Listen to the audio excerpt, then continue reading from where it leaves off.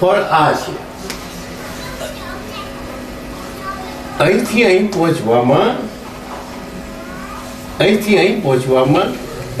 પહોંચવામાં પરમાત્મા પ્રાપ્તિ નથી, ચિત્ત શુદ્ધિ છે. આપણે 2-4 દિવસથી વાત કરીએ છીએ કે પરમાત્મા પ્રાપ્તિ માટે કોઈ પ્રયત્ન નથી. પરમાત્મા સર્વત્ર છે, સર્વકાળે છે, ક્યારેય નથી એવું નથી. કર્મયોગમાં પણ જોયું કે આપણામાં 2 સત્તા છે, એક પરમાત્માની, એક જીવાત્માની. પરમાત્મા છે, ક્યારેય નથી એવું નથી, કોઈ જગ્યાએ નથી એવું નથી, હર ક્ષણે છે. જો હર ક્ષણે હોય તો એને લાવવાની કોઈ પ્રયત્ન કરવાની જરૂર નથી. હર ક્ષણે હોય તો એને શા માટે લાવવાની જરૂર છે? પ્રાપ્તિ તો જે પ્રાપ્ત થયેલું છે, મારા હાથમાં ચોક છે, હવે હું ચોક શા માટે ગોતું? મારા હાથમાં ચોક છે તો મારે ચોક ગોતવાની જરૂર નથી. જો હું પરમાત્મા સ્વરૂપ હોઉં તો હું પરમાત્મા નથી એમ કેમ કેવું? પણ નથી એમ કેવું કહું છું, શા માટે કહું છું? કે એ હું નથી એનું એક મને અજ્ઞાન છે. તો એ અજ્ઞાન દૂર કરવા માટે આ છે. હું પરમાત્મા નથી, હકીકતે છું. હું બ્રહ્મ સ્વરૂપ છું, પણ બ્રહ્મ સ્વરૂપ છું છતાંય હું નથી એવું મને મારો વ્યવહાર છે. તો નથી એવો વ્યવહાર એ અજ્ઞાન છે. અને એ અજ્ઞાન છે, એ અજ્ઞાન દૂર કરવા માટે આ સાધના છે. અથવા તો અજ્ઞાન કયો, આવરણ કયો, અને ખરેખર શાસ્ત્રની ભાષામાં કયો તો રજોગુણ, તમોગુણ ને સત્વગુણ છે. શાસ્ત્રની ભાષામાં કયો આ 3 ગુણ છે. અહીંથી અહીં આવે તો આ 3 ગુણ જાય. 3 ગુણ નહીં, 2 ગુણ જાય. અહીંથી ભક્તો આ ત્રણેય જણા અહીં આવે એટલે એનામાં રજોગુણ ગયો જાય. તમો ગુણ તો ન હોય, કારણ કે એ આમાં પડે ને ત્યાર પહેલા તમો ગુણ ગયો હોય. આ 3 માંથી એકમાં આવે એ પહેલા તમો ગુણ ગયો હોય. પણ રજોગુણ તો બહુ જોરદાર છે, બહુ ઊંડો ઉતરેલો છે. એટલે એ જાય, ખરેખર જાય. તો પછી એમ કહે કે ભાઈ ચિત્ત, એનું નામ ચિત્ત શુદ્ધિ. એનું નામ અહીં જાય ને એનું નામ ચિત્ત શુદ્ધિ. એટલે એ એક ભૂમિકા એ પહોંચ્યો. તો પછી એમ થાય કે મારી ચિત્ત શુદ્ધિ થઈ, અથવા કે આ ભાઈની ચિત્ત શુદ્ધિ થઈ, આ ભક્તની ચિત્ત શુદ્ધિ થઈ, એ જાણવો કેવી રીતે? એ પ્રશ્ન ઉભો થાય. એ જાણવો એવી રીતે,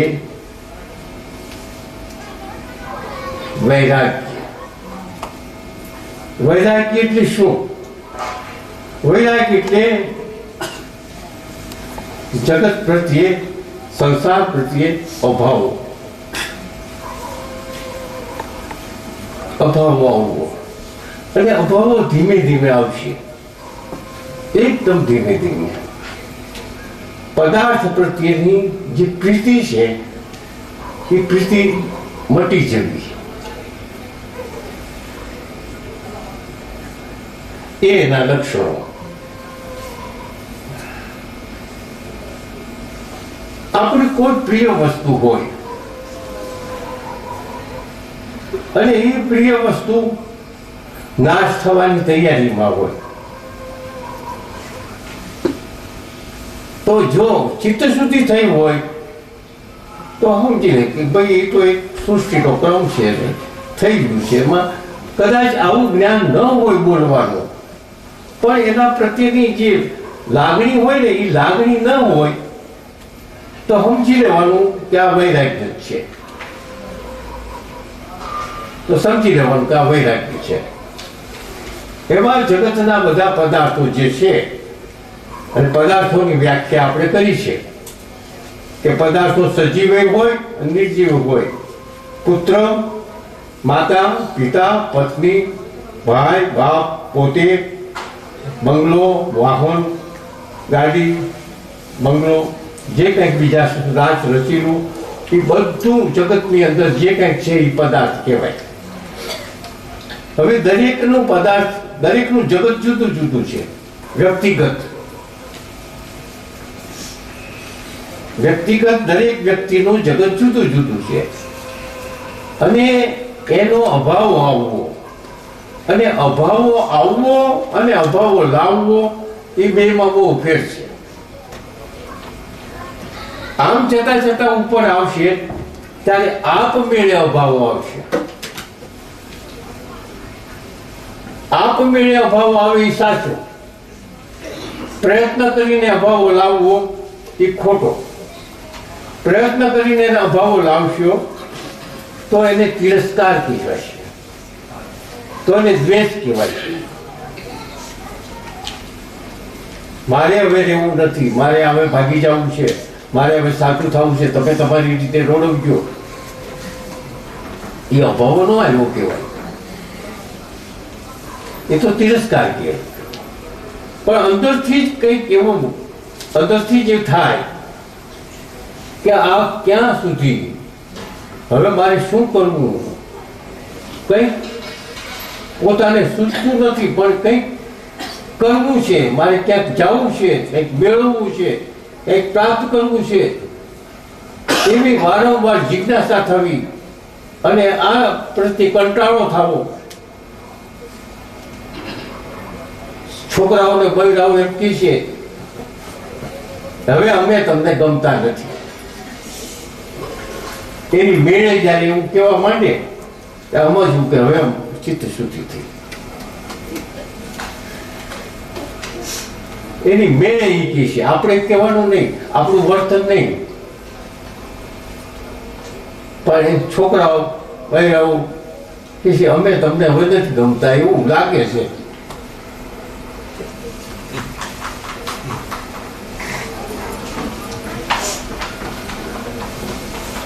ત્યારે સમજવું કે હવે આ ચિત્ત શુદ્ધિ થઈ. બીજી વાત એટલે એક લક્ષણ આ કીધું. બીજી વાત કે અહીં સુધી જ્યારે હોય ને ત્યારે કોઈ પ્રતીક હોય, કોઈ પણ પ્રતીક હોય ગમે એને.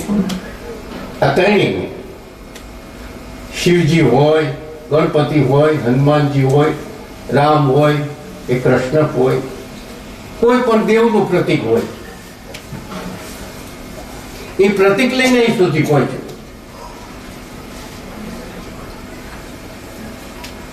પ્રતીક લઈને અહીં સુધી પહોંચ્યો છે. પણ પછી અહીં સુધી આવવા જાય ને, તૈયારી થાય ને, ત્યારે એમ કે છે પ્રતીક છોડી દેશે. આપમેળે પ્રતીક છૂટી જશે, છોડી દેશે નહીં, પ્રતીક છૂટી જશે. જેમ મેં કાલે કીધું કે માળા કરતા કરતા જ્યારે તદ્રુપ થઈ જાય અને માળાનો મેર આવે એ આપણને વિઘ્ન રૂપ લાગે. માળા કરતા કરતા આપણે એટલા બધા તદ્રુપ થઈ જાય કે આ મેર ક્યાં આવ્યો, મારા હું કેટલો બધો એક મુક્ત થઈ ગયો હતો અને આ મેર આવ્યો, ત્યારે માળા છોડી દીધી. ત્યારે પછી માળા છોડી દીધી, પછી બેસી જવાનું ધ્યાનમાં. કારણ કે એ આપણને વિઘ્ન થયું અને એ જે માળાનો મેર આવ્યો અને પછી માળા ફેરવી એટલે એટલી ક્ષણ સુધી પરમાત્માથી આપણે જુદા પડ્યા. એટલે એને વિઘ્ન કીધું. એટલી ક્ષણ સુધી આપણે જુદા પડ્યા, એ આપણને નથી ગમ્યું એટલે આપણે માળા વિઘ્ન કીધું છે. અને છોડી દેવાનું એટલા માટે જ કહું છું કે એવું વિઘ્ન પાછું ન આવે. કારણ કે આપણે કઈ માળા ગણતરી માટે નથી કરતા, આપણે તદ્રુપ થવા માટે માળા કરીશું. અને એ સ્થિતિ આવી જાય પછી શું જરૂર?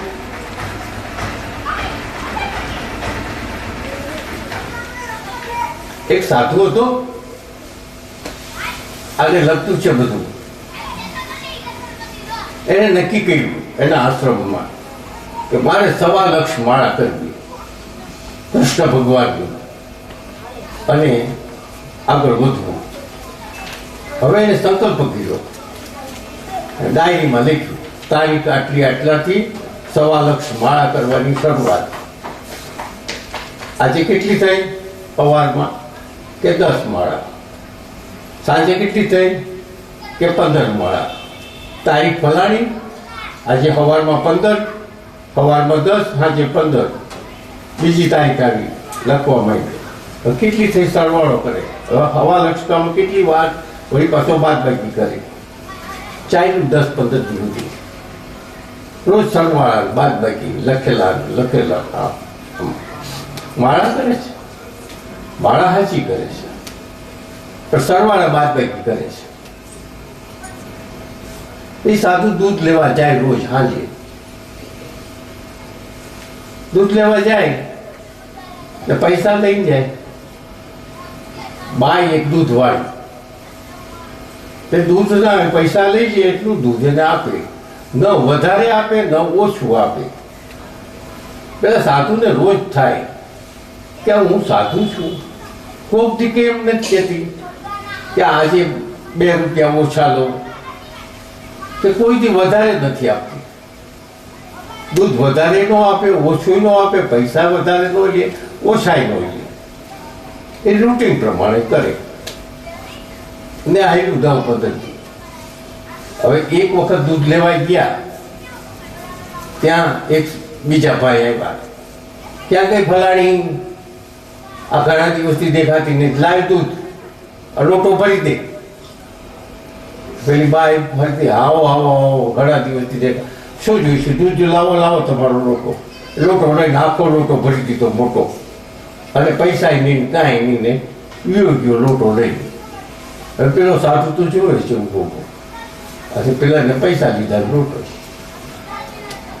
એટલે આને આટલું બધું લોભડી તો નથી, આને આટલું બધું સ્વાગત ને વળી પાછું દૂધ પૈસા જ નહીં, હિસાબ જ નહીં કાંઈ.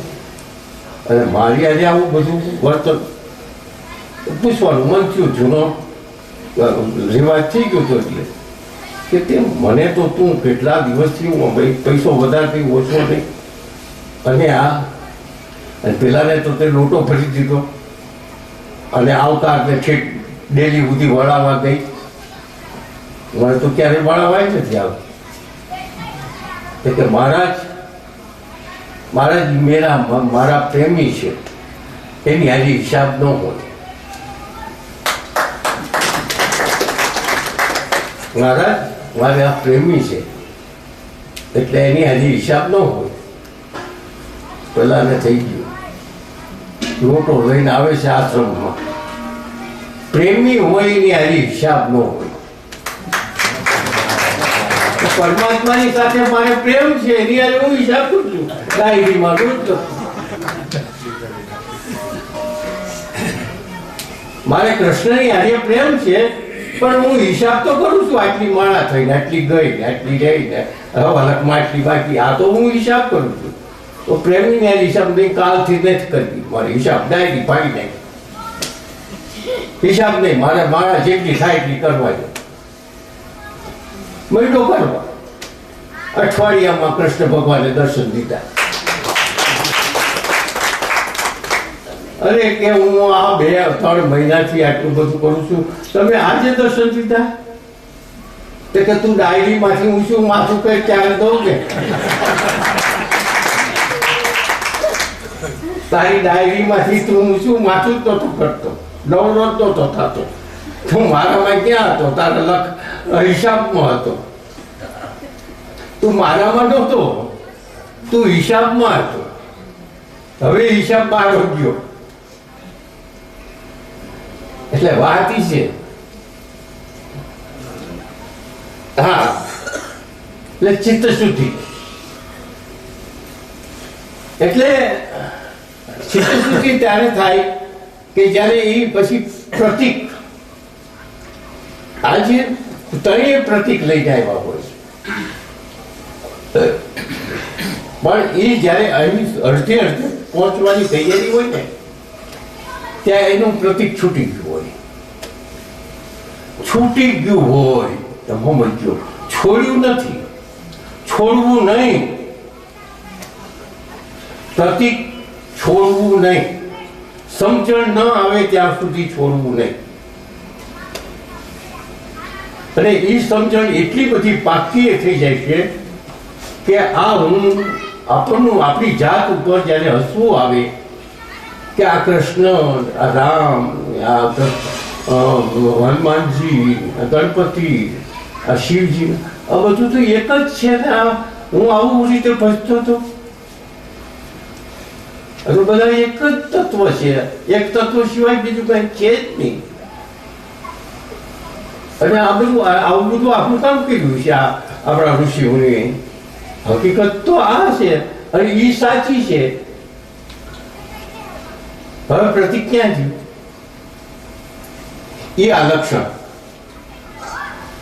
પણ આપોઆપ થાય નહીં ત્યાં સુધી પ્રતીક છોડવું નહીં. ગમે તેનું પ્રતીક રાખતા રહો. પણ બીજી વાત એ છે કે પ્રતીક જો લ્યો તો પ્રતીક એકનું જ લેજો. જે પ્રતીક આ ત્રણમાંથી કોઈ પણ ભક્તિ યોગ, કર્મયોગ, ધ્યાન યોગમાં પ્રતીક લેવાતું હોય તો એક પ્રતીક લેવું. પછી ઘરમાં ભલે બધા ભગવાન હોય તો બધા ભગવાનની પૂજા કરવી, દીવો કરવો, બધું. સાધના એકની કરવી. સાધના એક જ પ્રતીકને વળગી લેવું. અને ગમે તે હોય, એવું નથી કે ફલાણું પ્રતીક તમને જલ્દી પહોંચાડશે અને આ પ્રતીક તમને નહીં પહોંચાડે. એવું ક્યારે મનમાં ન લાવતા. ગમે તે પ્રતીક તમે પકડશો એ પ્રતીકની શક્તિ એટલી જ છે. પ્રતીક કરતા તમારી તદ્રુપતા અને તમારી જે પ્રયત્નો એ મુખ્ય છે. એ મુખ્ય છે. એટલે હવે આ બે વસ્તુ થઈ. એક તો સંસાર પ્રત્યેનો અભાવ આવવો, બીજું પ્રતીક છૂટી જવું.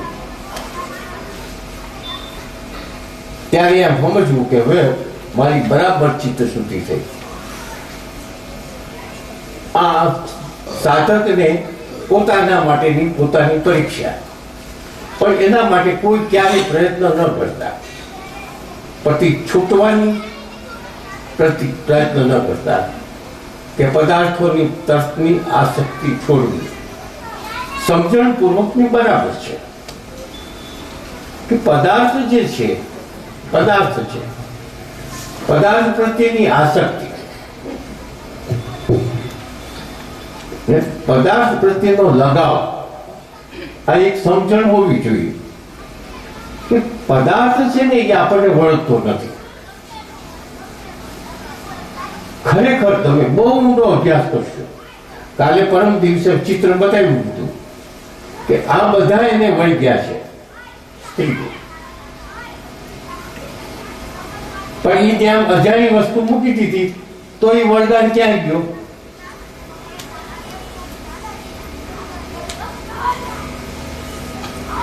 એવી રીતે આ બધા પદાર્થો છે, એ પદાર્થોનો લગાવ પદાર્થે આપણને લગાવ નથી કર્યો, પણ પદાર્થ પ્રત્યે આપણો લગાવ છે. અને એ પદાર્થ આવો ને આવો રહેવો જોઈએ, આનો નાશ ન થવો જોઈએ, મારો જ હોવો જોઈએ, હું જ એને વાપરું, બીજા એને કોઈ વાપરી ન શકે. આવા બધા જે લગાવો છે એ લગાવ છોડવો જોઈએ. અને કયા જ્ઞાનથી છોડવો જોઈએ? કે ભાઈ તમને જે પદાર્થ મળ્યો છે એ તને તારા કોઈ પૂર્વના એવા પુણ્ય કર્યા છે એને લીધે તને મળ્યો છે અને એનું ફળ છે એના પ્રત્યે, અને એ તને એનું ફળ છે અને એ ભોગવવાનો જ્યાં સુધી નિમિત્ત છે ત્યાં સુધી જ તારી પાસે રહે છે અને પછી વ્યોજી છે. તો પછી એનો હરખને શોક શા માટે? એટલે ગંગા સતી કીધું હરખને શોક ની આવે ને હેઠકી જેને, એ આ જગ્યાએ પહોંચ્યો હોય એને. હરખને શોક નહીં આવે ન હિટકી કીધું છે નહીં. એટલે પદાર્થ પ્રત્યેનો લગાવ પછી નાશ થાય ને ત્યારે દુઃખ થાય, અને નવો આવે ત્યારે આપણને એના પ્રત્યે પ્રીતિ થાય. નવો આવે ત્યારે પ્રીતિ થાય, નાશ થાય દુઃખ. પણ શું કામ? જ્યાં જે રીતે આવ્યો હતો તારા કર્મના ફળ પ્રમાણે આવ્યો, મળ્યો, અને કર્મનું ફળ પૂરું થયું, ગયો. એમાં હરખને શોક લાવવાની જરૂર શું છે? એ સમજણ રાખી એટલે સાધનાઓ ચાલુ રાખી. પછી ગમે એટલા પ્રિય પદાર્થો હોય કે અપ્રિય પદાર્થો હોય. હવે અપ્રિય પદાર્થો હોય ત્યારે દુઃખ થાય, પ્રિય પદાર્થ મળે ત્યારે સુખ થાય, અને પ્રિય પદાર્થનો વિયોગ થાય ત્યારે દુઃખ થાય, અને અપ્રિય પદાર્થનો યોગ થાય ત્યારે દુઃખ થાય, અને અપ્રિય પદાર્થનો વિયોગ થાય ત્યારે સુખ થાય. કેટલું બધું મોટું પ્રોબ્લેમ. હવે અપ્રિય પદાર્થ આવ્યો, દુઃખ શેનું કરવાનું? જેમ તારો પ્રિય પદાર્થ તારા કર્મના ફળ રૂપે આવ્યો છે, તેમ અપ્રિય પદાર્થ પણ તારા કર્મના ફળ રૂપે આવ્યો છે. એમાં દુઃખ હું કામ લગાડે છે ભાઈ? પેલામાં સુખ લગાડે છે. જે પદાર્થ તમને મળ્યો છે અત્યારે તમને અપ્રિય છે. કોઈ વ્યક્તિ પણ ઘણી એવી હોય છે કે આપણે ત્યાં એવી વ્યક્તિ આવી જાય કે અપ્રિય, આ ક્યાં આવી ભાઈ અત્યારે? અને કોઈ આવે તો આપણને બહુ વરખ થાય, કેમ થાય? એવી રીતે અપ્રિય પદાર્થો પણ આવી જાય. તો જે અપ્રિય પદાર્થો આવે છે એ પણ આપણા કર્મનું ફળ, અને પ્રિય પદાર્થ આવે એ પણ આપણા કર્મનું ફળ. તો બંનેમાં હરખું. જો આ સમજણ હોય તો હરખને શોક ન થાય, અને હરખને શોક ન થાય એટલે સમજવું કે હવે હું આવી છું, ત્યારે સમજવું કે હું આવી છું. હવે અહીં સુધી આવ્યા પછી બીજી કરુણતા, આ જે છે ને એના લક્ષણો કીધા તમને. આપણે પહેલું શું કીધું? સંસાર પ્રત્યેનો અભાવ. પછી બીજું શું કીધું? પ્રિય અપ્રિય તરફ વૈરાગ્ય, પદાર્થો પ્રત્યેનો વૈરાગ્ય. અને ચોથું કરુણતા. ઘણી વખતે આપણે આપણી સ્થિતિ સાધારણ હોય તો દહીં નો હકતા હોય, પણ કંઈક કરુણ દ્રશ્ય જોઈએ. કોઈ ગરીબ હોય, કોઈ ભીખ માંગતો હોય, કોઈ દર્દી હોય અને એ દવા માટે મળતો હોય, કોઈને કપડાની જરૂર હોય. જો શક્તિ હોય તો દેવું, પણ શક્તિ ન હોય તો એમાં કરુણતા તો આવવી જ જોઈએ. જ્યારે જ્યારે એવું દ્રશ્ય દેખાય, કોઈ માંદો હોય, ત્યારે એનામાં અંદરથી કરુણતા ભાવ ઊભો થાય. કેટલો બધું દુઃખી છે, કેટલો બધું દુઃખી છે, આને શું જરૂર છે, હું શું મદદ કરી શકું એમ છું. આ એક કરુણતા આવે, એ પણ ચિત્ત સુધીના લક્ષણો છે. હવે અહીં સુધી આ ચિત્ત શુદ્ધિ થઈ.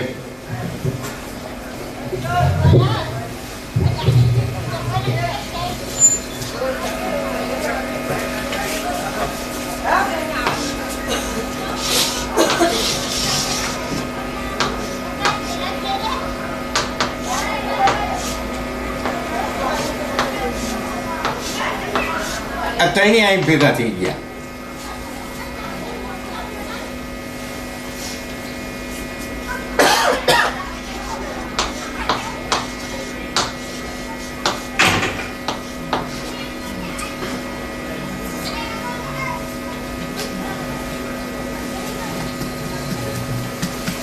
ત્રણેય એક જગ્યાએ ભેગા થઈ ગયા અને એની ચિત્ત શુદ્ધિ થઈ ગઈ. પછી એને કોઈ ભેદ નથી, પછી એમાં ભેદ નથી કે તું જ્ઞાન માર્ગેથી આવ્યો ને, તું ધ્યાન માર્ગમાંથી આવ્યો ને, તું ભક્તિ માર્ગમાંથી આવ્યો ને. જ્યાં ભેદ થતો ને અહીં સુધી જતા, અહીંથી આગળ ગયો એટલે ધ્યાન માર્ગ ને જ્ઞાન માર્ગ ને આ બધું એક થઈ ગયું. એ જે દેવદેવીઓના ભેદ વ્યાઈ ગયા, પ્રતીકના ભેદ વ્યાઈ ગયા, એમ એને આ માર્ગના પણ ભેદ વ્યાઈ ગયા. આ ભક્તિ યોગ, કર્મ યોગ, ધ્યાન યોગ એના ભેદ વ્યાઈ ગયા. પછી તો હું કોણ છું, અજ્ઞાન માર્ગ. ખરેખર હું કોણ છું, મારું સાચું સ્વરૂપ શું છે, આ ક્યાંથી જાણવું, કેવી રીતે જાણવું, એની એક જિજ્ઞાસા થાય, એક જિજ્ઞાસા થાય, તીવ્ર જિજ્ઞાસા થાય. ક્યાંથી મેળવું? કાં એવા સાધુ મળી જાય અથવા કાં એવું પુસ્તક મળી જાય. એના દ્વારા પોતે તત્વજ્ઞાન પ્રાપ્ત કરે. તત્વજ્ઞાન એટલે આ જગતમાં શું છે, આ પ્રકૃતિ શું છે, આ પ્રકૃતિના બધા રૂપો કેમ એક જ છે કે જુદા છે કે શું છે, આ કેવી રીતે થાય, આખી આ સૃષ્ટિની ઘટમાળ કોણ કરી રહ્યું છે, કયું એવું તત્વ છે કે આ સર્જન ને વિસર્જન, સર્જન વિસર્જન કર્યું છે, પરા પ્રકૃતિ શું છે, અપરા શું છે, પરમ તત્વ શું છે, વ્યાપક કેવી રીતે છે. આવા પ્રશ્નો અંદરથી એટલી બધી હારમાળ થાય ઊંધી, આ પ્રશ્નોની હારમાળ થાય એક તો બધી, અને એને મળતી જાય, એના પ્રશ્નોના હલ થતા જાય ધીમે ધીમે. અને એ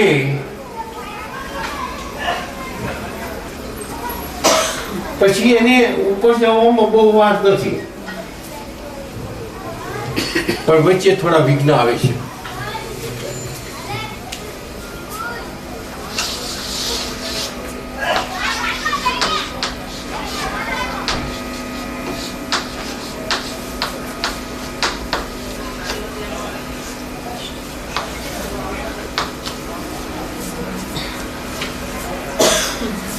પતિ પૂરું. અહીંયા સમાધાન થવા માટે, આ સમાધાન થાય આની વચમાં એક એવું વિઘ્ન આવે છે કે હું બ્રહ્મનિષ્ઠ થઈ ગયો. એ બહુ ધ્યાન રાખવું પડે. મોટામાં મોટું આ એક વિઘ્ન છે કે અહીંથી અહીં જાય ને, હજી ઉપર નથી ગયો, પણ બેની વચમાં ઝોલા ખાતો હોય ને ત્યારે એને એમ થઈ જાય કે હું બ્રહ્મનિષ્ઠ થઈ ગયો, મને જ્ઞાન થઈ ગયું, હું સહજ અવસ્થા મારી થઈ ગઈ છે, કારણ કે હું તો બધું જાણવા માંડ્યો છું, મને ખબર પડવા માંડી છે, પણ હકીકતે નથી થયો. બ્રહ્મનિષ્ઠ થવું અને બ્રહ્મ બની જવું બહુ ફેર છે. બ્રહ્મનિષ્ઠ થવું એટલે બ્રહ્મને જાણવા વાળો, પણ બ્રહ્મને જાણવું અને બ્રહ્મ થઈ જવું બહુ ફેર છે. બ્રહ્મને જાણવું અને બ્રહ્મ થઈ જવું, બ્રહ્મનિષ્ઠ એટલે બ્રહ્મ થઈ જવું. તો એ વખતે પોતાને બહુ સજાગ રહેવું જોઈએ કે હું હજી બ્રહ્મનિષ્ઠ નથી, હજી તો હું મારામાં ઘણું અપૂર્ણતા છે. અને એ વખતે જોવું જોઈએ કે ક્યારેક ક્યારેક પોતે પોતાની જાગૃત અવસ્થા રાખવી, જાગવું.